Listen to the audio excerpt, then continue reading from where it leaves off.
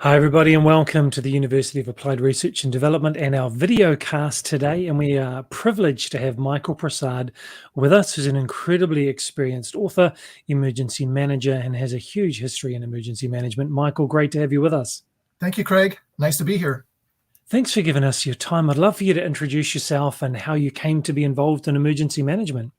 Sure. So my background is actually from the finance and banking industry. I started out of college working for some big banks in New York City and financial firms. One of the things that I did then was the Y2K project. So in Y2K, everybody was building up towards this massive, what was going to happen, the world ending sort of a thing. And that included the financial services industry. So a lot of consequence management, a lot of what ifs. And we were watching what was happening in New Zealand and Australia because it was going to happen there first and working our way across the globe. So that got the bite. And then unfortunately, due to 9/11, things changed dramatically for me. And part of that was an understanding that there is, a whole field out there of emergency management. And I got the bite and I started working for the Red Cross as an employee back then after finishing a stint in brokerage type business and things like that. It was actually less stressful to work on disasters than it was to work in the financial services industry. So it's an interesting sort of twist. But one of the things that I did was spend a lot of time working on disaster planning. And so the idea of what do you do when there's something big, and whether that impacts a single family, a small community, a state, or even our nation, it's been all sort of interconnected. And the structure that's in place from the federal government, the states, and the nonprofits, the non-government organizations, we all kind of work together. The whole community aspect is certainly there. So I got that bite. I did some work then for the state of New Jersey, I'm here in the United States, in the great state of New Jersey. And then now I'm a consultant on my own. I'm working for a number of different firms, including my own, to do teaching and training and building out of organizational consequence management or crisis action plans. All that works together. So if you're a small plumbing firm, or if you're a college or a university, or a major multinational corporation, everybody needs a plan for what to do when there's an emergency. And part of that planning is knowing what to do before, during, and after those types of incidents, whether they're human-made or natural or technological or who knows what. Just be ready for things. And one of the other key things about it is that all of these kinds of things can happen at the same time, right?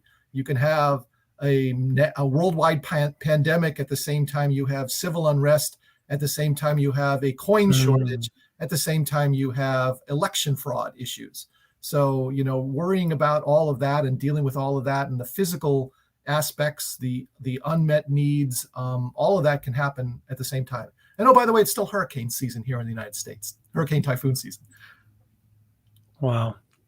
Michael, one of the ways that I found you and heard about what you do is through the article that you wrote on domestic preparedness. And I just want to put that up on the screen there so that people know about the site and about the incredible writing that's there by experts such as yourself.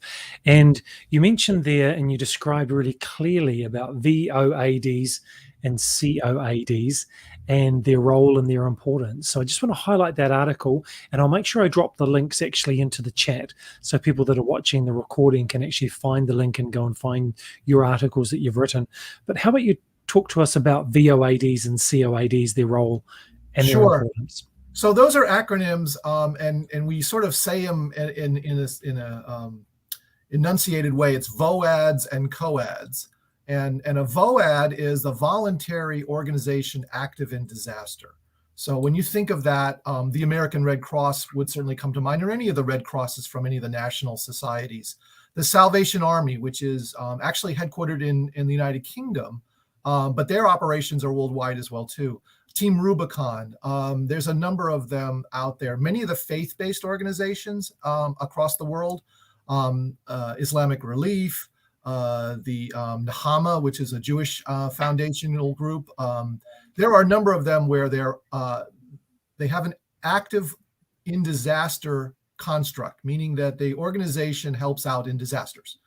but they're voluntary, meaning that the predominance of their support is through volunteers and donations. They're nonprofits. So a non-government organization includes, for example, profit-making companies, corporations. So your local department store, your local hardware store, the big box stores, those are all non-government organizations, but so is the charities, the nonprofits, the foundations, that sort of thing.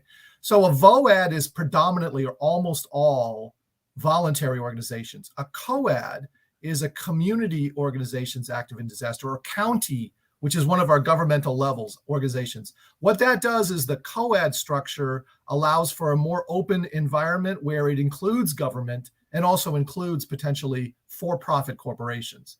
So for example, in New Jersey, we have a statewide VOAD, which is the Volunteer Organizations Active in Disaster. The VOAD has affiliate memberships for private companies and for government.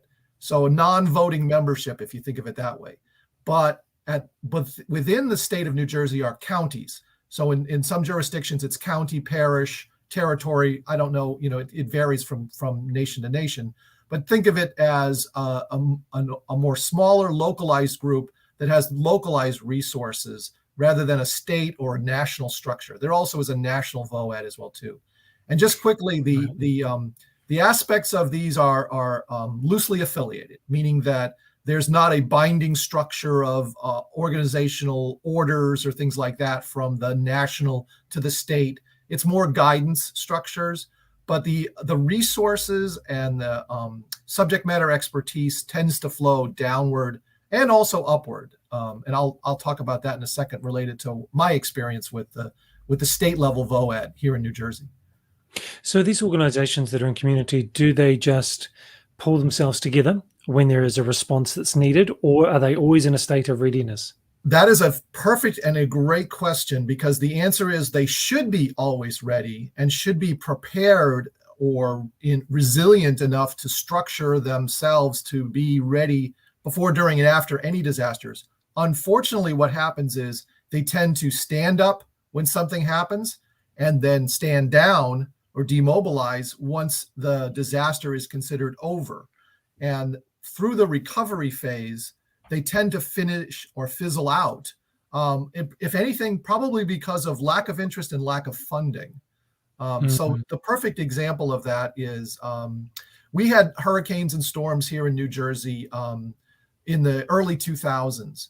And the county level structures where they got hit with flooding or other damages, they would stand up a structure, they would get donations in, and then it would fall apart, basically, because there's no sense of organization that can sustain itself with that. So one of the key things is that we realized at the state level, we had to have a constant group going to sort of revamp or restart these groups up again. And we got lucky after Superstorm Sandy in 2012, in that the funding was so great, the media attention and so forth. A number of us, about 4 or 5 of us, realized that we needed to sustain this. So not only do you sort of fund the structure to get the donations and get the material to the families that need it, you have to build the structure to sustain the organizations that are delivering that structure, that donations and that support to the families. Right. So it's not one and done, as they like to say. It is a structure. So part of that was that in New Jersey, we managed to get funding from some organizations, and selfishly, I'll say I was involved in that process from both sides. I was interested in keeping the structure going and helping the families in New Jersey. And at the time, I worked for the Red Cross, and people were giving a lot of money to the Red Cross, and we didn't know exactly where to give it all away to. That's one of the challenges sometimes when you have too much money. Something I think a lot of nonprofits would like to have, but not realize it's a double-edged sword. Right. So what the Red Cross did was it funded the VOAD at the state level. So rather than giving money, and they did give money, by the way, directly to families, they gave money to the organizations, not only to give out directly, but also to sustain them and to build their capacity for the long term. And that's the key to this, is that resilience. So the article is geared toward the idea of starting or restarting those sub-level, or even at some states, the state level construct of the VOAD or the COADs. And in New Jersey, we have 21 counties, so 21 subunits within the state.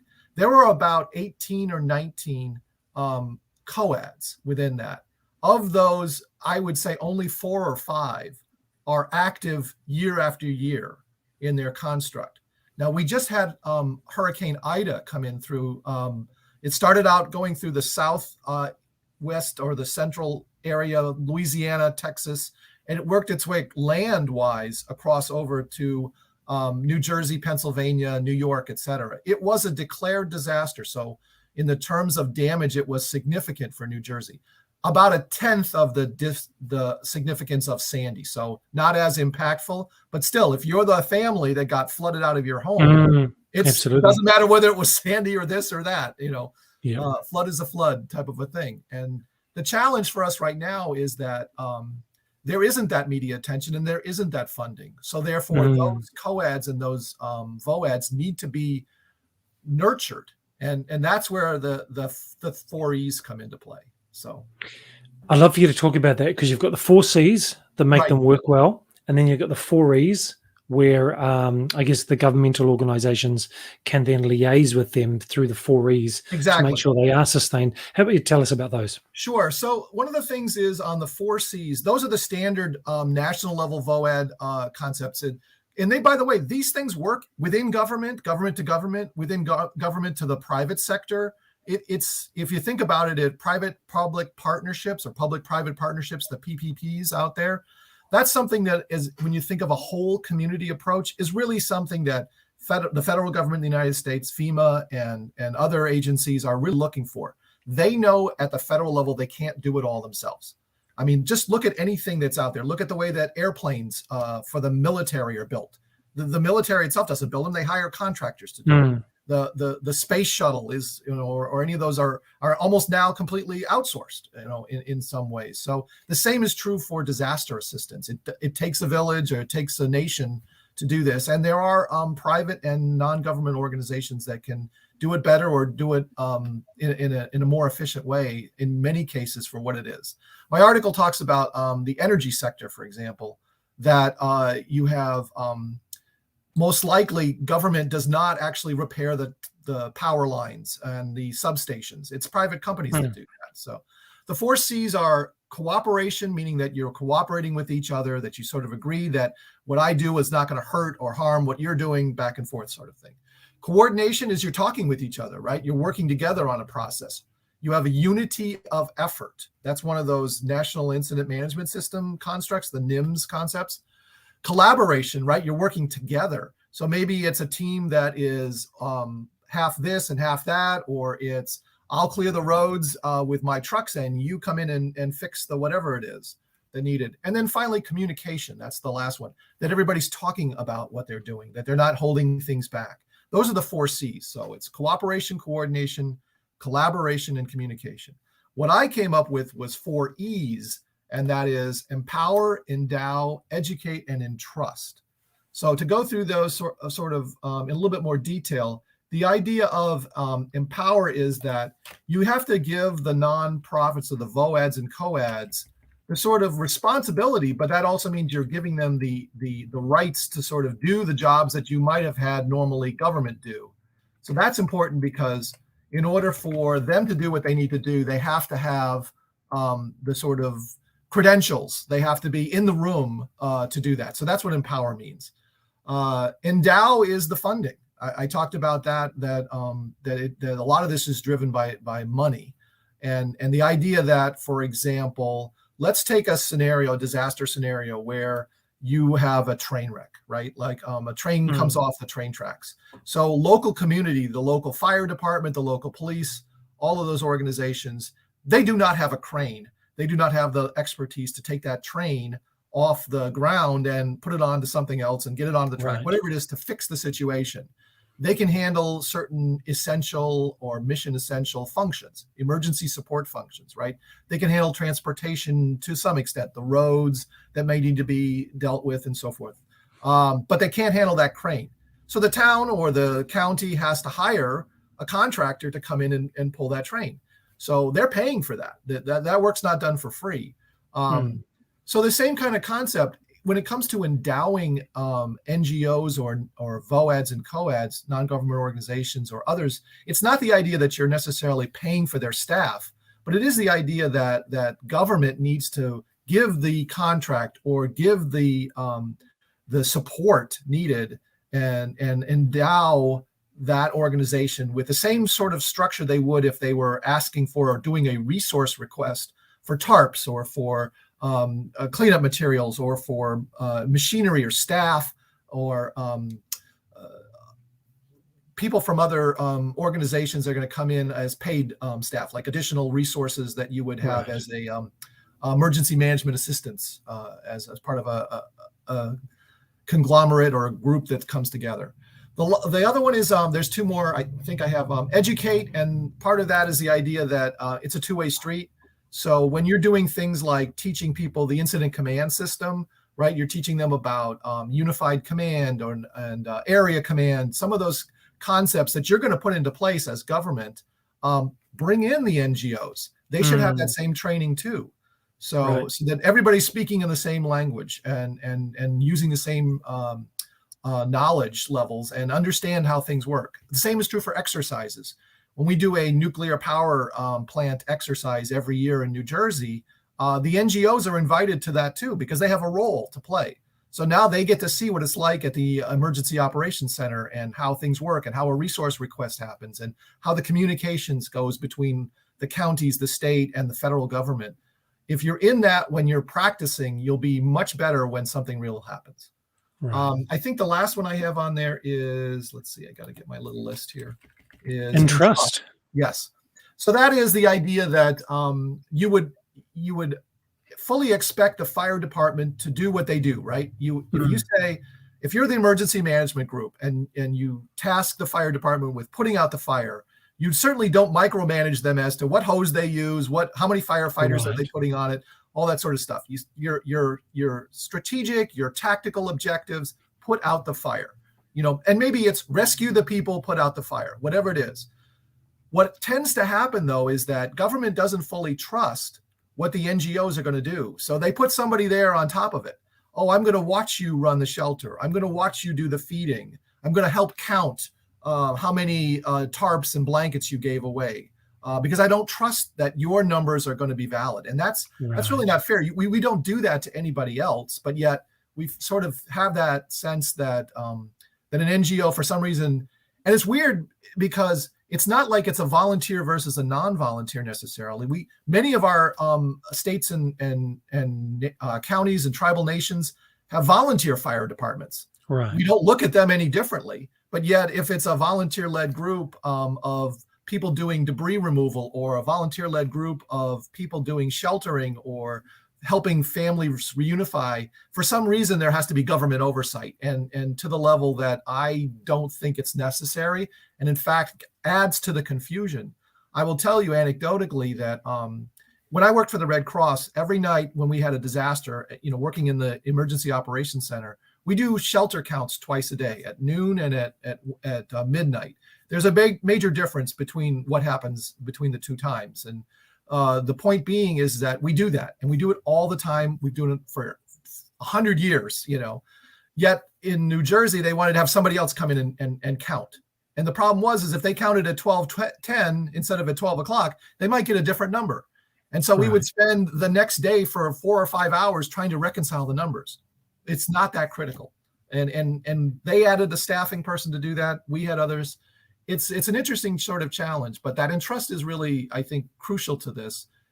If you're tasked with a mission, you're tasked with a mission and you're responsible for it. Yes, government is still ultimately accountable for what gets done, but the same way they would task missions for other things, like they would task to a sub-department, environmental protection, for example. Your mission is to make sure that the wildlife is safe and that the waterways are clear.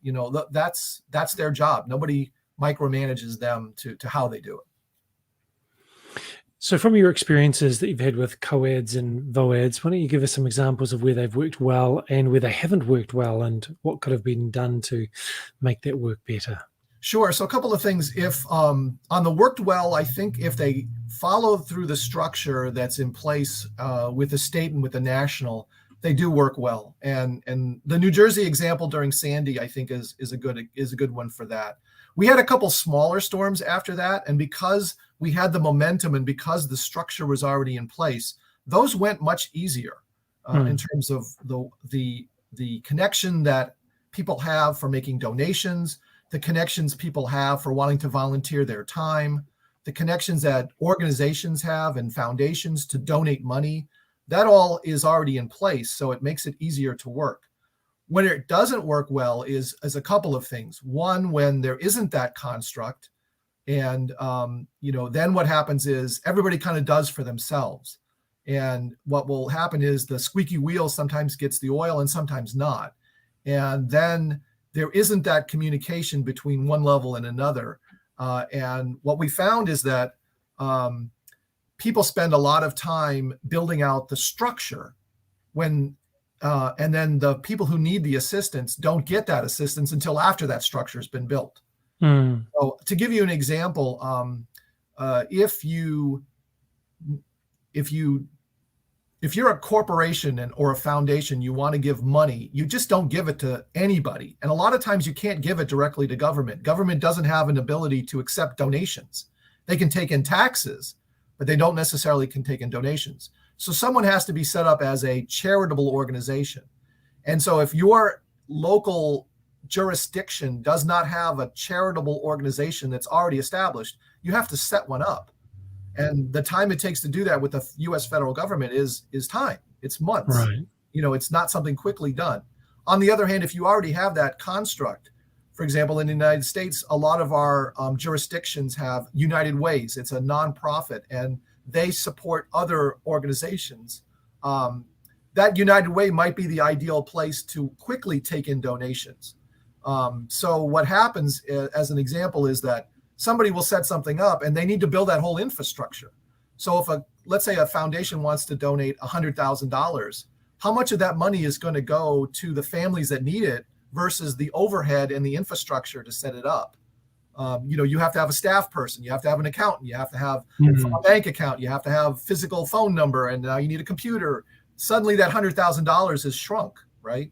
So the point being is that if you already have that structure set up for the COAD or the VOAD, much more of that funding from donations can go directly to, and probably same with material support and volunteers. So much more of that can go directly to the families in need. Right. That's a great example. I did want to ask, what's your interest in aliens? Because I just want to put this up on the screen because this is hot off the press. Your latest article about space aliens. Is there a conspiracy going on? That is a metaphor, and it was a good catch, and obviously caught your attention. So I am part of the International Association of Emergency Managers Children in Disaster Caucus. So we're a group that deals and works through children in disaster issues, and there are a number of them.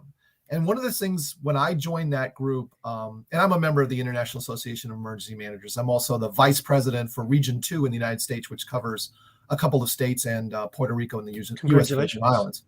Thank you. So one of the things that I've noticed, and this was back when I was working for the Department of Children and Families, is that there really isn't an emphasis at the federal government in the same way there is for energy, for our social security system, for our national defense, things that are considered mission essential functions. What does the government need to do after a disaster or a war or whatever it is happens to sort of restore democracy? I mean, you want to look at it, restore society.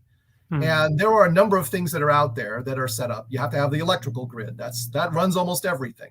You have to have the banking system up and running. You have to have food. You have to have this. You have to have that. What's missing is education and childcare. Surprisingly, they're not in play. And so I used the alien as a metaphor. I said, well, here's here's a group of people. What if suddenly there was a whole group of people that were a lot like us, but not quite like us? There were some things that are different, and we've already dealing with them in some ways. So the article was actually written originally not mentioning children up front. I only mentioned it at the very end. And if you literally looked at it, you would start to hopefully figure out that it was children. But the editor said, you know what, you got to tell them up front. They're going to think that you're talking about aliens and that you're off your rocker or whatever it is. So it is in the opening paragraph. But yes, the idea is if you think of, you can't think of children as small adults. That's right. Yeah. So even something as simple as transportation, right? We have laws, we have policies, we have societal norms that you have to protect children in cars and vehicles differently than you do adults, right? So the seat belt is not sufficient. You can't just use that. You have to have a child seat. You have to have a child seat appropriate to the age. So what does that matter to emergency managers? Well, if you're doing an evacuation and you really need to have everyone leave this area, are you going to say that everybody has to go in those cars, with those car seats? Are you willing to take the risk? What's the balance? So there's an ethical questions, but there's also safety questions.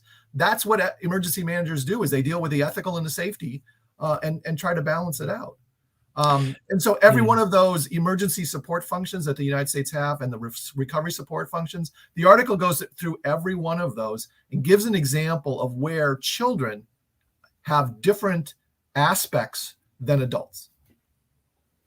The thing that really stood out to me from the article, and by the way, I did get that it was about children. You mentioned about it's not just about reducing the size. So often I think, this is my younger child, I'll make a smaller meal. But actually, it's not about reducing the size or the quantity. It's actually there are distinctives that make children different. And that car seat one, the booster seat, is a really great example to give, because I don't think people often, when you're thinking about an emergency or a disaster response, you don't think about how am I going to deal with children differently than dealing with this adult who needs that two care. Examples of that right now are on the medical side. So if you look at pediatric surge at a hospital, the process and protocols for that are completely different than they are for adults. You cannot assume that anesthesia is one half it is for adults. That doesn't just work that way. Medications that may be needed, the durable medical equipment is completely different, right? It's not just a half-sized catheter or wheelchair. There are a lot of things that are on the medical side. That alone is a topic that is completely different. It is not simply a size structure. There's no conversion chart necessarily, as there is for metric to US or English, that kind of thing. The other example is COVID. Let's look at coronavirus from two aspects. Education, right? We had whole questions, and still do, on the educational aspects. So whether it's social distancing, masking, PPE usage, there are differences in the educational construct than there are at stadiums and sporting events and faith-based services. All of those are different. So put 100 people in a room, it's different than putting 100 children in a school. It's not the same, and the structures are different. We're in the United States dealing with vaccines now for people between 5 and 12. What's the issues? What's the testing? What's the dosage level? What's going to be the when you have to have a booster? There's a lot of longer term questions for that on that issue, and we're still dealing with the education all the way through colleges and universities. Colleges and universities were shut down, and many of them switched to virtual learning, and the impacts of that, the health impacts, the mental health impacts, the long-term social development aspects. A child has between, the amount of information and the amount of learning and the amount of growth between year 1 and year 10 is dramatic. It's much more than an adult between year 50 and year 60.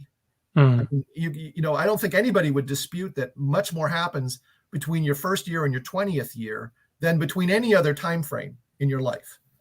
So that is one of those things that the article points out. I did want to ask, have you noticed or have you seen, do you consider that there is a relationship between disaster events and child human trafficking. Yes, and that is you brought up another good point, is that unfortunately during any disaster or any large scale incident for that matter, there is a correlation between an increase in human trafficking in general and child trafficking does certainly fall part of that. And it doesn't matter what the disaster is. And I will tell you that one of the aspects of training for Red Cross workers, for example, in shelters, is to recognize the possibility of child trafficking, human trafficking. Same is true when they come on scene, Red Cross volunteers, when they come on scene of, let's say, a fire, right? So you have a multifamily fire, and suddenly you're recognizing, if you've been trained, you will recognize when someone is unwilling, for example, to provide documentation, or looking to someone else as to guidance of whether they should say something to you. So some of that is very apparent to someone who's had the training for that. I'll give you another anecdotal story. Believe it or not, when the Super Bowl, which is one of the U.S. events, right, a major worldwide sporting event, when they come to town of the National Football League, the NFL, not only do they bring with them all the expertise associated with the marketing, right, and the money that's going to be made, but they also bring with them a huge security process for the players, for the fans, for the media, for the visitors, for whoever it is that's involved in that. And part of that is a lesson on human trafficking, because unfortunately they have come to realize that there are a lot of bad things that flow with that Super Bowl when it goes from city to city. Increase amount in drug sales, sex trafficking. There's a bunch of things that happen. So they want to make sure that the first responders are aware that that's a possibility, and to be cognizant of it. And I think they've done an excellent job of recognizing that. So this is all part of, threat prevention and protection, part of that preparedness aspect that we have. And so looking at it and trying to mitigate it through additional training across the board. Again, back to my educate, I think you got to bring the NGOs in when you're doing those kinds of training sessions to your police and fire and other folks. When you have a planned incident, an inauguration, a Super Bowl, any of the sort of what we call special events or national security special events, there's a whole ranking for that if dignitaries are involved in that sort of thing. Right. So predominantly, Michael, our bachelor students, our Bachelor of Emergency Management and Masters in Emergency Management students, as part of our new way that we're doing our program, is to actually watch experts like you and think about this and consider their career and where they might like to go and what sort of things they need to put in place to prepare themselves. So what sort of advice would you give for an aspiring emergency manager to be ready for their career? A couple of things. I would say definitely the academic education is a great background for the history and learning the details of what has happened, for example, during Hurricane Katrina in the United States, and really getting into why and how and what changed, right? The laws changed from that. I found through my studies that a lot of this is money driven. So whether or not historically that's what happens. So if a natural flood occurs, a river floods, and it impacts an area that has no people and no economic benefit, it doesn't get a lot of attention. But it's the fact that it impacted people and the economic side of it, that's where it becomes a play. So that's the kind of thing that you get from the academic side. I also strongly recommend people take advantage of the practical education opportunities. So things like the FEMA educational opportunities from EMI, the Emergency Management Institute, many of which are independent study online courses. So you can take, in a day or half a day, you can take an IS course, an independent study course, and learn about the sort of structures, learn about NGOs. There's a course on that and how that works and how a lot of the topics I mentioned. So a good background in that is helpful too. And then that interaction with your peers. There's a number of groups on LinkedIn. There's an Aspiring Emergency Management group, AEMO, I think it is. It's a great LinkedIn group that helps people connect through different things. And then getting tied to an organization. You can, for example, you can volunteer with the Red Cross. and get involved in government operations. And through that, you may be able to take an ICS course. So in New Jersey, for example, I took my ICS 300 and 400 courses, which are in person only. You can't do them online. 100, 200, 700, 800. That's the whole series, right? That's the NIMS ICS. That's the books, as they say, that's out there. So I took mine through a government entity that happened to have seats open for the nonprofits, for the NGOs. So sitting with me were police officers, firefighters from a local fire department, state level government officials, and other nonprofits were involved there too. So it was really neat. And it's a good set of networking too. So we got to meet each other. If something were to happen in that area where I took that class, they already know me. They know my name. They know my training because I took the classes with them. So that's fantastic. Michael, I've got your LinkedIn profile on the screen right now, and it's also in the chat and in the comments. What's the best way to get hold of you as well as LinkedIn? Probably that is the way. The other thing is that I have a consulting firm. So it's bartondunant.com. And so my email address there is info@bartondunant.com. It's BARTONDUNANT.com. The reason it's called Barton Dunant is that is actually the two founders for the Red Cross, Clara Barton and Henri Dunant was the Swiss gentleman way back when who started the whole International Red Cross movement. So it's a little homage I have to those two. Is why I named my consulting firm Barton Dunant. Well, what we'll do with the description on LinkedIn, Facebook, and also on YouTube with this recording is we'll make sure we have all the links so people can get hold of you, reach out to you, engage you for training. Yeah. Sure. What are some of the things that people can engage with you for? Yeah, a couple of things. I have most of my work for my consulting firm are template type work. So if you need a crisis action plan, you need a risk communications plan, you need a tabletop exercise. I have a lot of those already pre-built, and so people can go there and pull those up and pay a small fee. It's a little bit like ordering from Chinese. I'm assuming over in Kiwi land, you guys order one at a time from menus. Sometimes a little of this, a little of that. That's sort of the concept.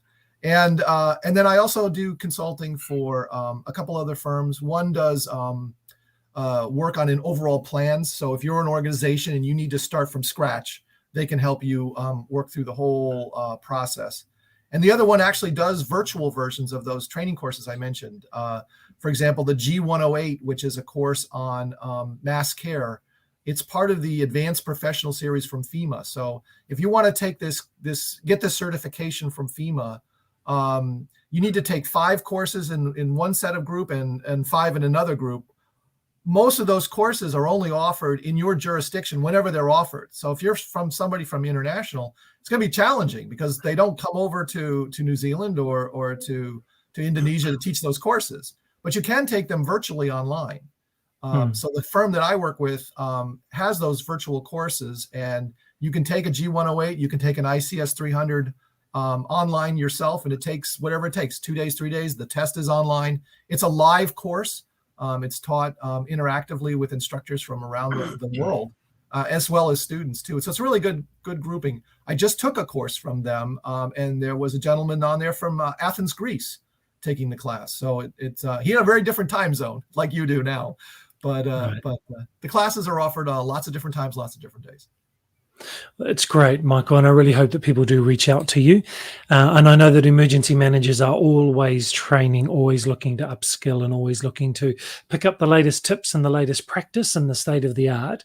One of the ways that people can do that, of course, is we have our own Bachelor of Emergency Management and also a Master's in Emergency Management, which is accredited in the United Kingdom with NOTN and also in the United States with Texas A&M University System. So a Bachelor from us is accredited with them. And if you get a bachelor with us, you can do a master's with Texas A&M and so on, the next high level degree. And if you're an emergency manager and you're watching this right now and you've got significant training, and every emergency manager I've met, they have this gigantic folder of all their certificates and trainings they've done. If you haven't got a bachelor degree or you'd like to get your master's degree, we actually offer significant credit, and we actually recognize all of that incredible training that you have done so that you can get credit. You can finish your master's or your bachelor degree much quicker and cheaper and from anywhere in the world. And we engage with social media, have great people like Michael, and engage with his content as well. So really encourage you, if you want to improve your professional qualifications, reach out to us as well, and the link is on the screen. Michael, thank you so very much for giving us your time, your expertise, and your experiences. Really do appreciate you. You're welcome. Thanks a lot, Craig.